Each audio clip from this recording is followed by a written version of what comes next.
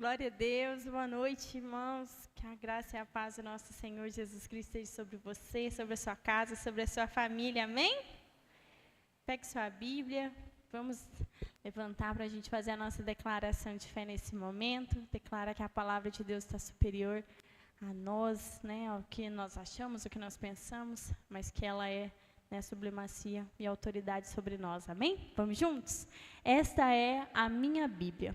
Eu sou o que ela diz que eu sou, eu tenho o que ela diz que eu tenho e eu posso fazer o que ela diz que eu posso fazer.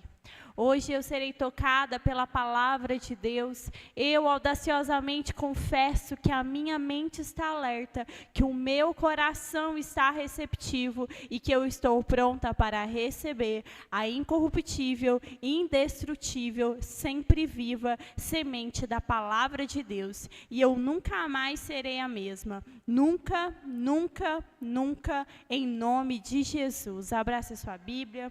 Vamos orar mais uma vez. Deus amado, Pai querido, obrigada. Obrigada pela oportunidade, pelo privilégio que o Senhor nos concede nessa noite. Estamos aqui reunidos mais uma vez para aprender do Senhor.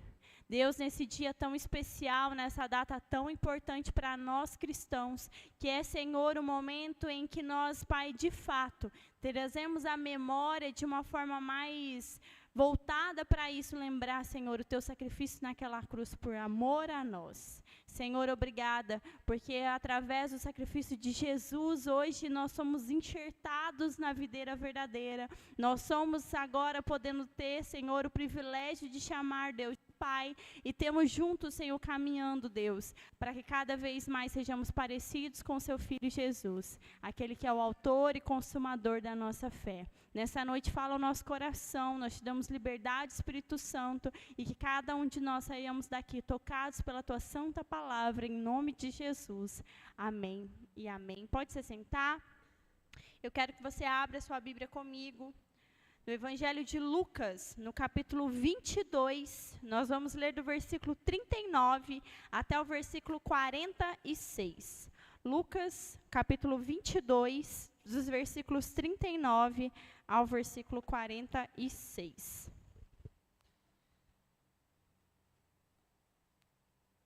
O tema da nossa mensagem nessa noite é: seja feita a sua vontade.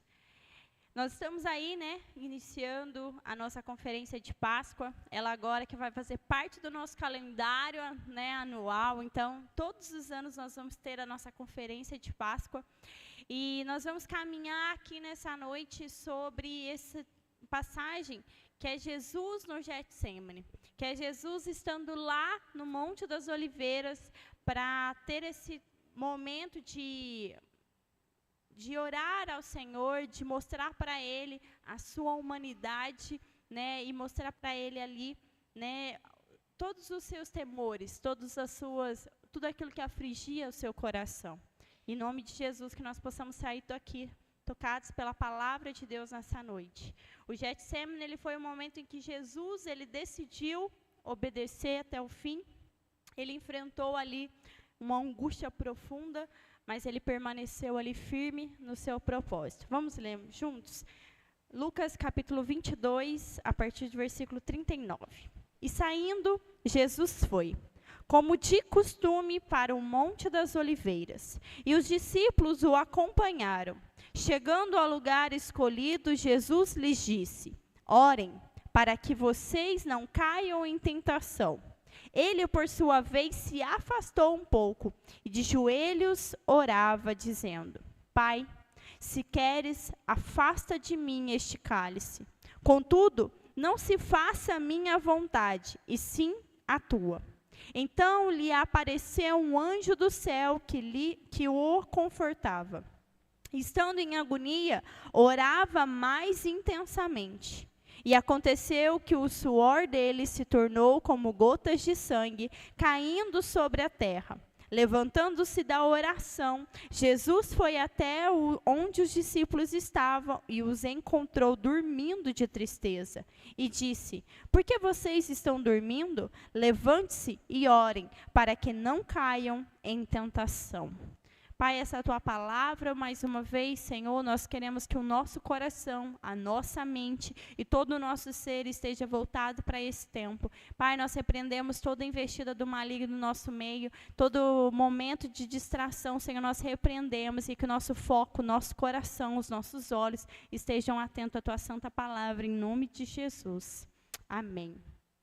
Nós vamos agora, permaneça com a sua Bíblia aberta, nós vamos passar por uma exposição bíblica, né? E a gente vê aqui, a partir do versículo 39, quanto a oração ela é necessária. Né? Jesus, ele buscou esse lugar de oração não apenas na hora da agonia. A gente vê aqui, Lucas vai nos informar que este lugar secreto de oração, ele era comum para Jesus. Né? No versículo 39 vai dizer, como de costume.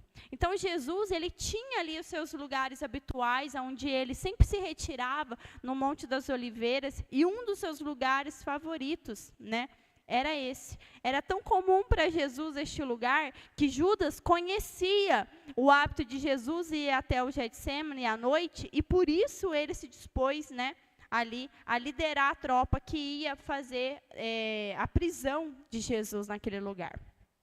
Nós vemos no versículo 40 que Jesus ele dá uma instrução para os seus discípulos, dizendo, orem para que vocês não caiam em tentação. E diferente dos demais evangelistas sinóticos, né, Mateus e Marcos, que narram aí as mesmas histórias, só que por pontos de vista diferentes e público-alvo diferente, Lucas, ele não menciona o fato de que Jesus deixa 8 discípulos assentados no jardim, e vai um pouco adiante para orar, levando somente consigo Pedro, Tiago e João, né, como vai dizer lá em Mateus 26, do 36 ao 37, e em Marcos 14, do 32 ao 33. Deixa eu só mudar aqui.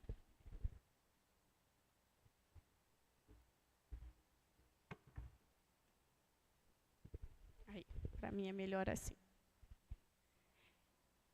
Então, aqui a gente vê que Lucas ele já vai trazer para nós uma referência, um cuidado mais pastoral. Né? Ele vai mostrar que Jesus ele está alertando a todos, né? A todos que acerca dessa necessidade de estarmos em oração, para que a gente não entre em tentação. E aí tem esse cuidado de Jesus de mostrar para nós que a oração ela é necessária. Né? E num comentário bíblico, Robson diz, aqui trata-se de uma tentação real, e não apenas de uma provação. Jesus conhecia o poder da tentação e a necessidade da oração. A oração ela é o antídoto contra o medo, e é uma armadura contra as investidas do mal. Então, diante do cerco das trevas, né, nós resistimos à tentação através da oração. Né? Então, quando Jesus ele retorna às suas orações, ele vai lá e vê os seus discípulos, né, dormindo. Ele novamente vai fazer essa exortação, como a gente viu no versículo 46, pedindo para eles, levanta, vão orar, né? Por que vocês estão dormindo? Né? Não caia, orem, vigiem para que vocês não caiam em tentação. E qual era essa tentação, irmãos? Era a tentação de negá-los, né? De negar Jesus. Então, a vigilância, ela precisa caminhar junto da oração. O inimigo, ele tentou Jesus no deserto, e não vai ser diferente conosco, né? Trazendo para nós, a gente precisa sempre estar alerta que a vigília e a oração, elas precisam caminhar juntos. Né? A gente precisa estar atento, não só estarmos em oração, mas estarmos em vigilância. Né, para a gente perceber aonde está sendo ali as formas, as legalidades, as portas que nós estamos permitindo o inimigo nos tentar. Outra coisa que nós aprendemos aqui, o segundo ponto, versículo 41, vai nos mostrar como a solidão, às vezes, ela é perturbadora. O versículo 41 vai dizer, orava. Lucas ele vai dar uma ênfase maior do que Mateus e Marcos sobre a agonia, né, da luta solitária de Jesus. Tendo dito os discípulos para que eles fossem ficarem ali de vigia, né, para que eles orassem, para que eles, né, para evitar a tentação, Jesus ele orou a fim de vencer a sua própria, né, a sua própria tentação. E na hora mais intensa da peleja, Jesus ele se afasta e de joelhos ele ora. E nessa hora, a gente vê pelo texto que ele estava só. Então, um modelo profundo de oração que a gente vê aqui de Jesus é que ele abre plenamente os desejos do seu coração, seguindo por um desejo maior ainda, que é cumprir a vontade do Pai acima da sua própria vontade. E quantas vezes nós oramos, mas a gente nunca fala, Senhor, que seja feita a sua vontade, não a minha. Mas às vezes a gente passa para o Senhor uma lista de desejos, como se ele fosse um gênio da lâmpada e acha que ele tem que fazer tudo à nossa vontade. Mas a gente nunca fala para Deus, Senhor, ainda que eu tenho isso, esse desejo, esse sonho, essa vontade, mas que prevaleça a sua e não a minha. Né? Então, mesmo sabendo de todas as implicações daquela hora, Jesus ele vai se submeter ali à vontade do Pai. E ele vai se render ao seu soberano e eterno propósito. Então, para Jesus, a oração não foi para determinar, né, a Deus o que ele queria, mas foi para se submeter à sua soberana vontade. Versículo 42, a gente vê sobre a redição, ela tem que ser algo voluntário. Então, Jesus, ele entra nessa batalha orando, chorando, suando sangue, para não fugir da vontade do Pai, mas para realizá-la. Então, mesmo a gente sabendo e Jesus tendo essa consciência de que o cálice era amargo, Jesus ele vai se submeter à vontade do Pai. E esse cálice que estava à sua frente, era um cálice que estava transbordando. Então, ninguém poderia bebê-lo, somente Jesus. Nenhum anjo, nem mesmo o homem mais piedoso da terra, somente Jesus. E o que significa esse cálice? O que significa esse cálice que Jesus menciona aqui nessa passagem, no versículo 42? Pai, se queres, afasta de mim esse cálice. Às vezes a gente pode pensar que esse cálice era os açoites, as bofetadas, a coroa de espinho, a zombaria, os sofrimentos, né? Mas não era. Esse cálice ele era a santa ira de Deus contra o nosso pecado, que deveria ter caído sobre a nossa cabeça, como Isaías 53, 5 diz. E eu quero ler com você esse versículo. Diz assim: mas ele foi transpassado por causa das nossas transgressões e esmagado por causa das nossas iniquidades. O castigo que nos traz a paz estava sobre ele, e pelas suas feridas nós fomos sarados. O cálice, ela representa a dor, a cruz, a entrega. E a gente vê que tem um peso do cálice no versículo 42, que fazer a vontade de Deus nem sempre é confortável, mas o caminho de fazer a vontade de Deus, ela precisa ser um caminho de realização, de satisfação nele, porque sabemos que Ele sabe o propósito de cada coisa, que Ele conhece o nosso coração, Ele conhece a nossa vida mais do que nós mesmos sabemos. O versículo 10 de Isaías 53, eu acho esse versículo tão forte, que diz assim: todavia, ao Senhor agradou esmagá-lo, fazendo sofrer. Quando Jesus ele vai fazer a vontade do Pai, esse era o peso do cálice. Era saber que as profecias que estavam no Antigo Testamento se cobririam sobre ele. Que ele seria esmagado, que o Pai teria satisfação em moê-lo. Continuando aqui na nossa exposição, versículo 43 vai nos mostrar que a consolação ela é restauradora. E como a gente precisa, irmãos, entender sobre a importância de nós caminharmos com pessoas certas.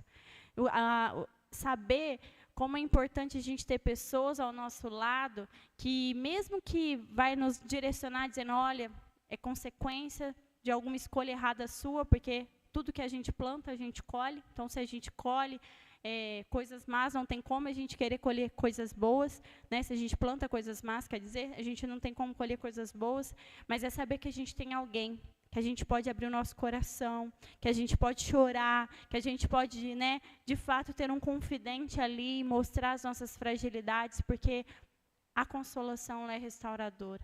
Ela firma a nossa fé, ela nos leva a confiar e a crer que tem um propósito para todas as coisas e continuar firmes olhando para Cristo. Então, versículo 43 vai dizer: então lhe apareceu um anjo do céu que o confortava. E é curioso que Lucas, ele registra esse conforto trazido pelo anjo antes da agonia mais intensa. E como se o anjo viesse para preparar a hora mais escura da agonia de Jesus. Jesus, ele orava intensamente, suando gotas de sangue. E no instante que Jesus orava, se submetendo ali à vontade do Pai, dispondo-se a beber o cálice simbólico do seu sofrimento, da sua morte vicária, aparece um anjo do céu que vai o confortar. Charles vai dizer que a necessidade desse conforto testemunha a intensidade da angústia mental e do conflito pelo qual a sua alma estava passando. Os anjos, eles serviram Jesus no deserto, na tentação, lá em Mateus 4:11, você vai ver isso. E um anjo agora do céu volta para confortar Jesus no seu jardim do sofrimento. O comentarista William, ele vai dizer que enfatiza que a angústia que levou Jesus a suar sangue foi por nós. Era uma indicação do seu eterno amor do Salvador pelos pobres pecadores perdidos que viera salvar. Então Jesus, ele entrou ali cheio de pavor, angustiado naquele jardim, mas ele saiu de lá consolado. Versículo 44 vai dizer a palavra agonia, que é somente encontrada aqui no Novo Testamento. Você não vai encontrar em nenhum outro lugar a palavra agonia no Novo Testamento. E no versículo 44 diz: estando em agonia, orava mais intensamente. E aconteceu que o suor dele se tornou como gotas de sangue caindo sobre a terra. Tem uma expressão que diz, estando em agonia, vai nos dizer que Jesus estava dominado por um horror que fazia tremer diante da terrível perspectiva que estava à sua frente. Quando Jesus, ele tem esse momento, estando em agonia, é porque Jesus, ele viu a nuvem negra da tormenta que estava se aproximando dele. E do tamanho sofrimento que estava ali, chegando próximo dele. E essa visão que mais machucava Jesus, o que ele estava vendo, que mais doía no coração dele, é que ele seria desamparado pelo Pai. Este era o cálice amargo. Este era aquilo que Jesus estava prestes a beber. É por isso que ele faz um clamor em altas vozes e com lágrimas. É porque ele se deparou que ele seria afastado do Pai.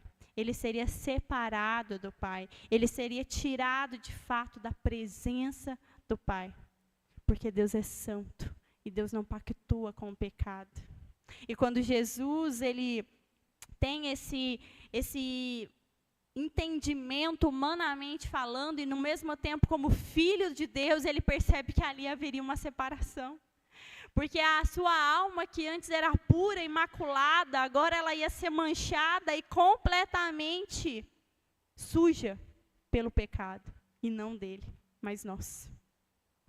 Ele estaria levando sobre ele todas as nossas transgressões, tudo aquilo que nos levava para o caminho do inferno, ele estava se fazendo maldição por mim e por você.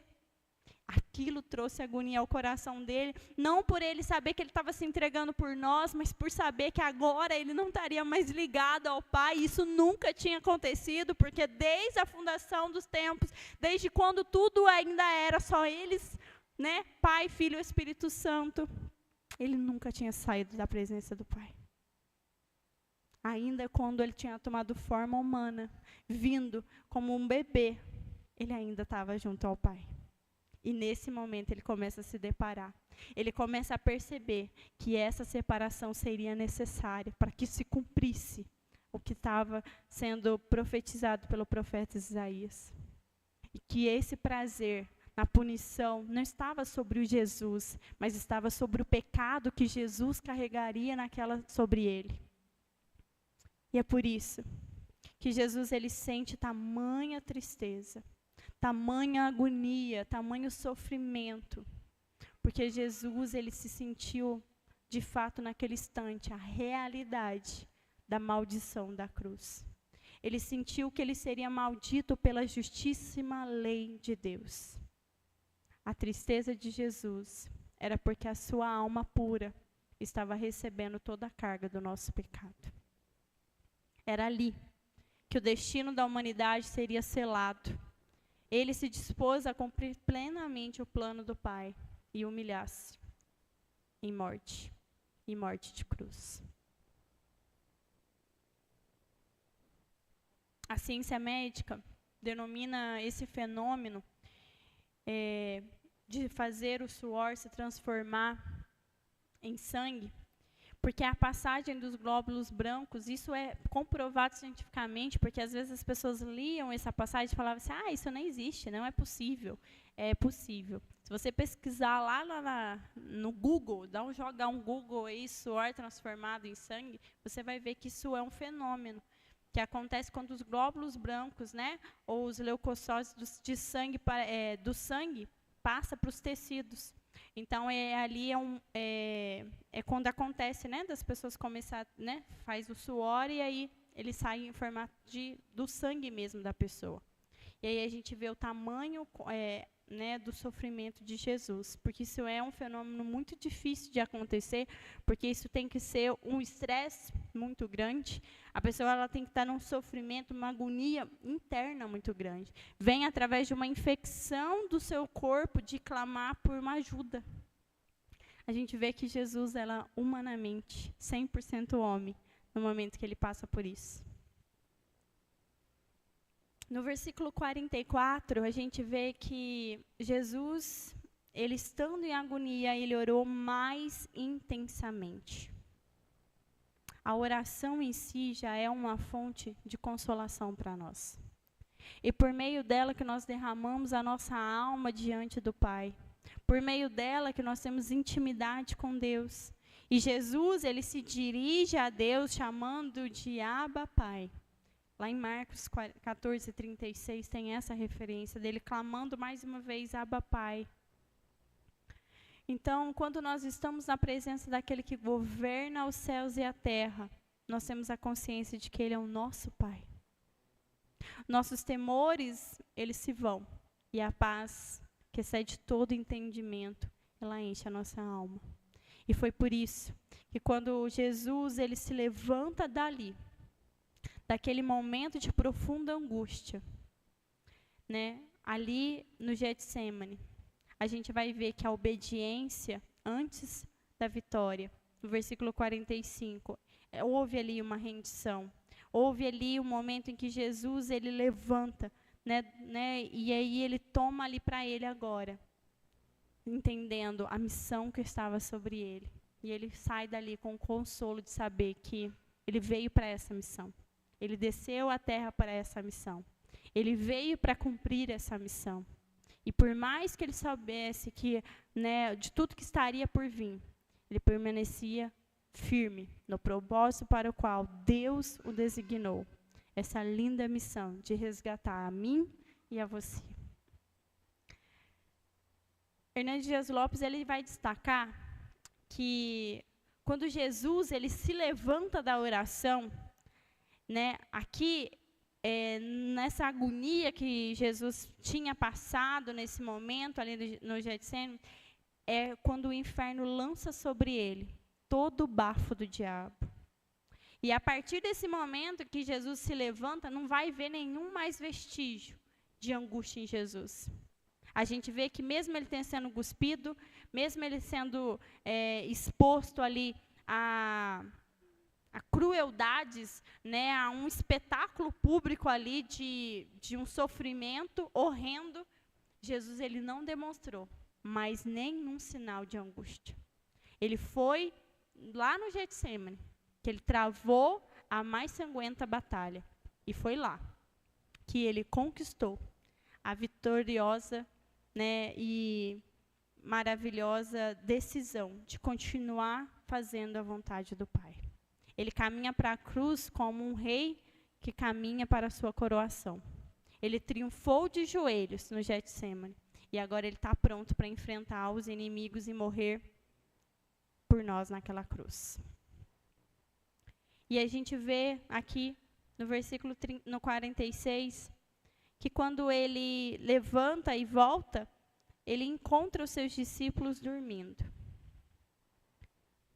E por quê que eles estavam dormindo?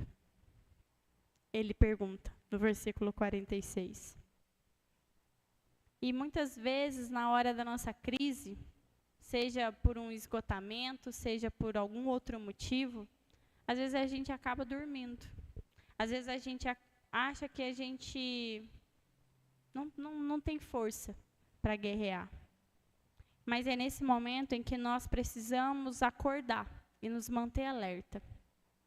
É nesse momento em que Jesus ele confia a eles ali a missão de estarem vigilantes, mas não porque Jesus estava pedindo para que eles os cobrissem em oração, vem aqui para vocês cobrir, né? Igual às vezes, muitas vezes a gente pensa, as pessoas têm um hábito de falar, vocês oram por nós, ora por mim, ora não sei o quê.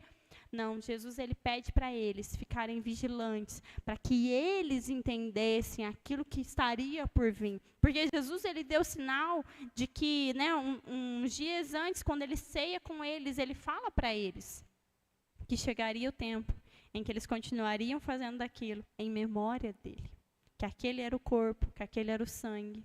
Então Jesus estava ensinando eles e ainda assim eles não estavam percebendo. E aí quando Jesus se retira para orar, Jesus fala para eles, mantenham firmes, vigilantes, orando, não dormem, vigiem, não dormem, estejam em oração. Mas às vezes a gente acha que só por vir na igreja, tá bom. Já estou cumprindo meu papel de crente, eu estou vindo aqui, tá bom. Não, o culto, ele é o resultado daquilo que você vive no seu secreto durante a semana. Ele é o resultado daquilo que você construiu no seu secreto, lá na sua casa. É sobre isso, é sobre estarmos vigilantes, é sobre estarmos atentos, é sempre estarmos em oração, para que quando a tentação vier, nós possamos resistir à tentação. A tentação de dizer não para o pecado, a tentação de dizer não para a vontade de Deus, e falar assim, sai de mim, Satanás. Aqui habita o Deus vivo. É sobre o Senhor que eu vivo, né, e caminho, e é Ele que reina sobre as minhas vontades, é Ele que reina sobre a minha vida, é Ele que reina sobre tudo aquilo que eu desejo. É nós entendemos que nós não podemos parar de orar. É entendermos que nós não podemos vacilar, porque senão nós vamos acabar dormindo. E quando a gente fala sobre dormir, a gente acaba lembrando das virgens. Quando Jesus ele conta sobre as virgens prudentes e as virgens tolas, o que aconteceu com as virgens? Todas elas dormiram. Mas umas estavam preparadas e as outras não.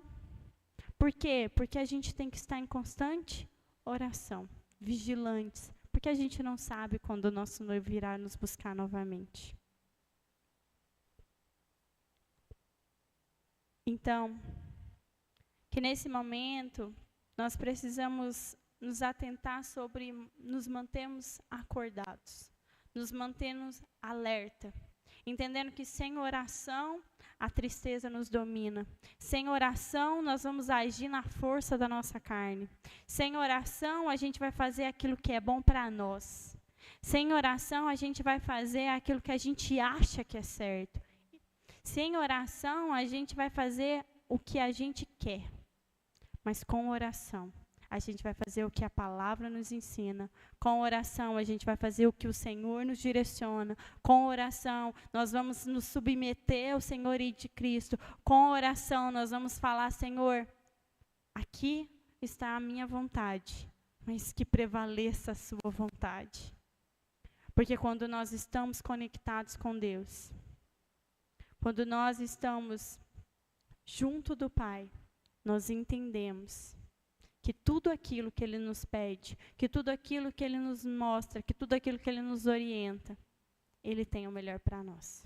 Ainda que os nossos olhos não consigam perceber, ainda que os nossos olhos na fé, né, aqui terrenos, não consigamos enxergar, mas pelos olhos da fé, a gente precisa ver e saber que o Senhor cuida de cada um de nós. Amém?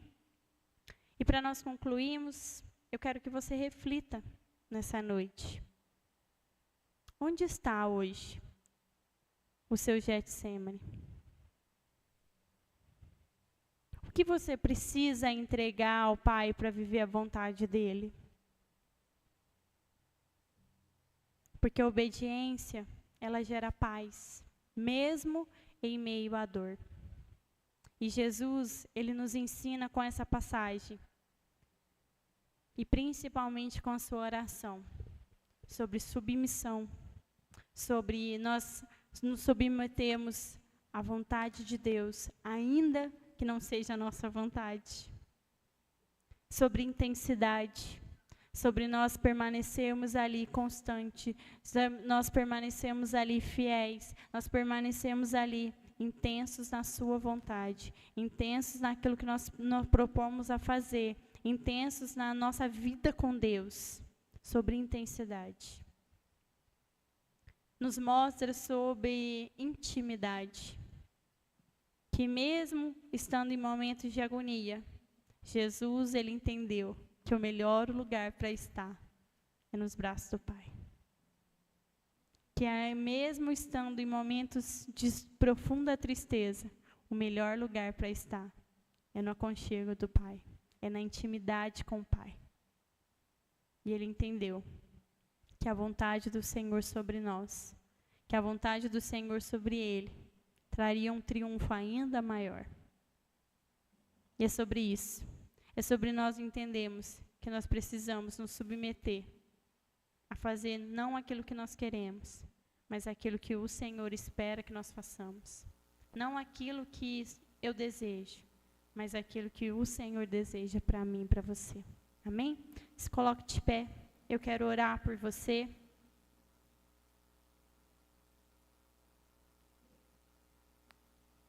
Nós vamos cantar um louvor. E aproveita esse momento para você refletir sobre aonde está a sua agonia, aonde tem sido o seu sofrimento, aonde tem sido aquilo que você precisa entregar para Deus. E que nesse momento você possa lembrar do sofrimento de Jesus naquela cruz. Possa se lembrar do que Jesus passou por amor a mim e a você. E que nós possamos orar, Pai, que seja feita a sua vontade.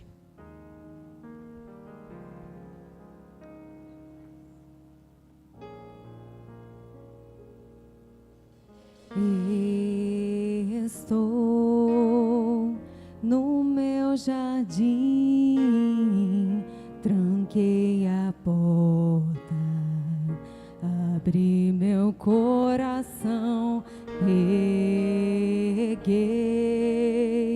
minhas raízes com minhas lágrimas, gotas de adoração. Senhor, não quero que os meus nesse momento dobrar seus joelhos, está em oração, percam o brilho do primeiro amor por ti. Não quero que ele se perca. O desejo de te adorar.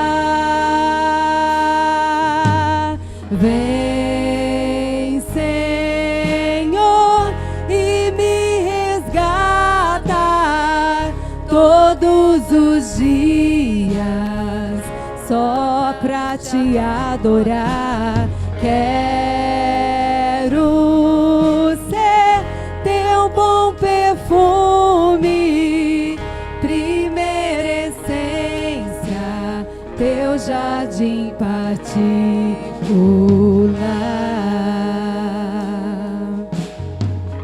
Senhor, não quero que os meus olhos percam o brilho do primeiro amor por ti.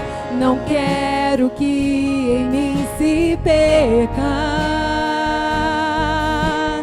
o desejo de te adorar. Vem, Senhor, e me resgata todos os dias só pra te adorar. Quero ser teu bom perfume, primeira essência, teu jardim particular.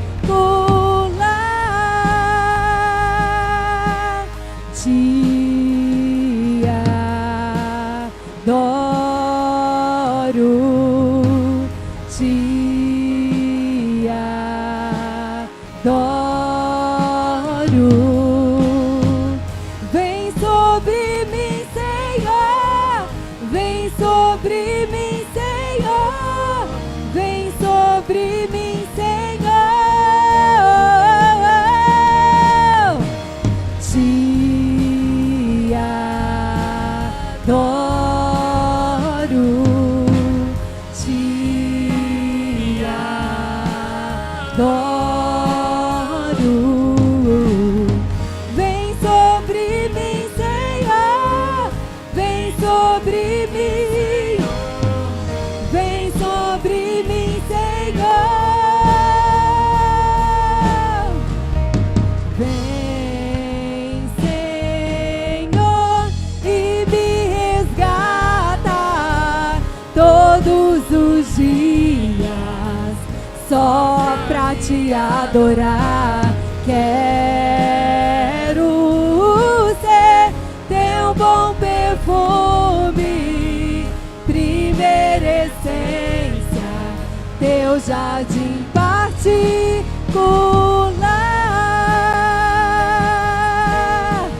E me resgata todos os dias só pra te adorar. Quero ser teu bom perfume, primeira essência, teu jardim particular.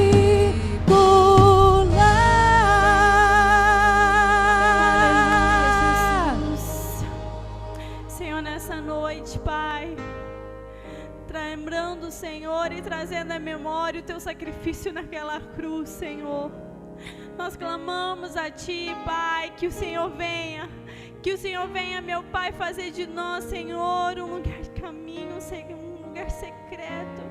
Pai, que o nosso coração, Senhor, ele não venha se apegar às coisas dessa terra, mas que os nossos olhos, o nosso foco, as nossas vontades, Senhor, todos os nossos sonhos, eles estejam submetidos ao que o Senhor deseja para nós. O Senhor sofreu, pagou um alto preço, nós não merecíamos esse amor, mas esse amor nos alcançou, esse amor nos resgatou, e esse amor todos os dias nos molda, todos os dias nos leva, todos os dias nos transforma a imagem e semelhança do Senhor. Ah, Jesus, obrigada. Obrigada pelo teu sim. Obrigada pelo teu sacrifício naquela cruz. Obrigada por ter feito maldição por amor a nós. Nós estávamos caminhando rumo ao inferno, mas o Senhor, ao morrer naquela cruz, se fez ponte para nós. E o teu sangue vertido no madeiro é o que nos dá acesso ao lindo, novo e puro caminho, que nos resgata, que nos lava, que nos justifica. Ah, Senhor, nem nos nossos piores sofrimentos vai se comparar ao que o Senhor passou naquela cruz. nem nos nossos piores dias, nas nossas piores dores, nos nossos piores sofrimentos, vai se igualar ao que o Senhor passou naquela cruz por amor a mim. Obrigada, Jesus, porque o Senhor se torna disponível para nós e nos chama, e a Tua palavra nos diz que o Senhor está à porta, batendo, só esperando uma decisão nossa de ir abrir a porta. O Senhor nos faz um convite, nos chamando: vinde a mim, todos vós que estáis cansados e sobrecarregados, e eu vos aliviarei. O Senhor nos convida a deixarmos as nossas dores, a deixar os nossos sofrimentos, a deixar tudo aquilo que nos prende, tudo aquilo que nos está nos arrastando para o caminho da perdição, a caminhar com o Senhor. O Senhor sofreu naquela cruz, mas o Senhor bradou: Tetelestai, está consumado. Eu venci, eu cumpri a missão que foi me dada. Agora não há mais condenação para aquele que olha para mim e vê, me aceita como um redentor. Não há condenação para aquele que reconhece o meu sacrifício e toma sobre si o meu jugo, que é suave, que é leve. Não há mais condenação para aquele, por mais pecador que possa ser, por mais sujo que possa se sentir, por mais pecado que possa ter cometido, se olhar para Jesus e lembrar daquilo que Ele fez e reconhecer que Ele é o Senhor e Salvador, Ele dá nova vida, Ele traz cura, Ele traz libertação. E nessa noite eu quero te fazer esse convite. Se você está aqui